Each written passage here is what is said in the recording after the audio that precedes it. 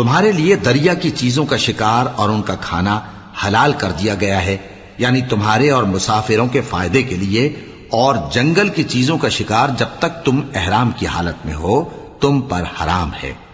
اور اللہ سے جس کے پاس تم سب جمع کیے جاؤ گے ڈرتے رہو۔ اللہ نے عزت کے گھر یعنی کعبے کو لوگوں کے لیے موجب قیام بنایا ہے، اور عزت کے مہینے کو اور قربانی کے جانور کو اور ان جانوروں کو جن کے گلے میں پٹے بندھے ہوں، یہ اس لیے کہ تم جان لو کہ جو کچھ آسمانوں میں اور جو کچھ زمین میں ہے اللہ سب کو جانتا ہے، اور یہ کہ اللہ کو ہر چیز کا علم ہے۔ جان رکھو کہ اللہ سخت عذاب دینے والا ہے، اور یہ کہ اللہ بخشنے والا ہے، مہربان بھی ہے۔ پیغمبر کے ذمے تو صرف پیغام پہنچا دینا ہے، اور جو کچھ تم ظاہر کرتے ہو اور جو کچھ مخفی کرتے ہو اللہ کو سب معلوم ہے۔ کہہ دو کہ ناپاک چیزیں اور پاک چیزیں برابر نہیں ہوتی، گو ناپاک چیزوں کی کثرت تمہیں اچھی ہی لگے، تو عقل والو اللہ سے ڈرتے رہو تاکہ کامیاب ہو جاؤ۔ مومنو، ایسی چیزوں کے بارے میں مت سوال کرو کہ اگر ان کی حقیقتیں تم پر ظاہر کر دی جائیں تو تمہیں بری لگیں، اور اگر قرآن کے نازل ہونے کے ایام میں ایسی باتیں پوچھو گے تو تم پر ظاہر بھی کر دی جائیں گی۔ اب تو اللہ نے ایسی باتوں کے پوچھنے سے درگزر فرمایا ہے، اور اللہ بخشنے والا ہے، بردبار ہے۔ اس طرح کی باتیں تم سے پہلے لوگوں نے بھی پوچھی تھی، مگر جب بتائی گئیں تو پھر وہ ان سے منکر ہو گئے۔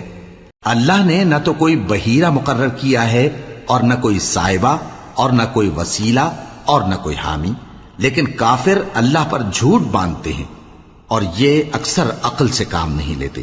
اور جب ان لوگوں سے کہا جاتا ہے کہ جو کتاب اللہ نے نازل فرمائی ہے اس کی طرف اور پیغمبر کی طرف رجوع کرو، تو کہتے ہیں کہ جس طریق پر ہم نے اپنے باپ دادا کو پایا ہے وہی ہمیں کافی ہے۔ بھلا اگر ان کے باپ دادا نہ تو کچھ جانتے ہوں اور نہ سیدھے رستے پر ہوں تب بھی؟ اے ایمان والو، اپنے آپ کو سنبھالے رہو، جب تم ہدایت پر ہو تو کوئی گمراہ تمہارا کچھ بگاڑ نہیں سکتا۔ تم سب کو اللہ کی طرف لوٹ کر جانا ہے، اس وقت وہ تم کو تمہارے سب کاموں سے جو دنیا میں کیے تھے آگاہ کرے گا اور ان کا بدلہ دے گا۔ مومنو، جب تم میں سے کسی کی موت آ موجود ہو تو شہادت کا نصاب یہ ہے کہ وصیت کے وقت تم مسلمانوں میں سے 2 مرد عادل یعنی صاحب اعتبار گواہ ہوں، یا اگر مسلمان نہ ملیں اور تم سفر کر رہے ہو اور اس وقت تم پر موت کی مصیبت واقع ہو تو کسی دوسرے مذہب کے 2 شخصوں کو گواہ کر لو۔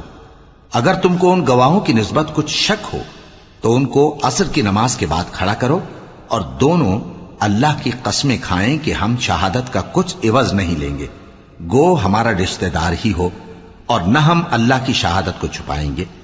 اگر ایسا کریں گے تو گناہ گار ہوں گے۔ پھر اگر معلوم ہو جائے کہ ان دونوں نے جھوٹ بول کر گناہ حاصل کیا تو جن لوگوں کا انہوں نے حق مارنا چاہا تھا ان میں سے ان کی جگہ اور 2 آدمی کھڑے ہوں جو میت سے قرابت قریبہ رکھتے ہوں، پھر وہ اللہ کی قسمیں کھائیں کہ ہماری شہادت ان کی شہادت سے زیادہ سچی ہے اور ہم نے کوئی زیادتی نہیں کی۔ ایسا کیا ہو تو ہم بے انصاف ہیں۔ اس طریق سے بہت قریب ہے کہ یہ لوگ صحیح شہادت دیں، یا اس بات سے خوف کریں کہ ہماری قسمیں بھی ان کی قسموں کے بعد رد کر دی جائیں گی۔ اور اللہ سے ڈرو اور اس کے احکام کو توجہ سے سنو، اور اللہ نافرمان لوگوں کو ہدایت نہیں دیتا۔ وہ دن یاد رکھنے کے لائق ہے جس دن اللہ پیغمبروں کو جمع کرے گا، پھر ان سے پوچھے گا کہ تمہیں کیا جواب ملا تھا۔ وہ عرض کریں گے کہ ہمیں کچھ معلوم نہیں، تو ہی غیب کی باتوں سے واقف ہے۔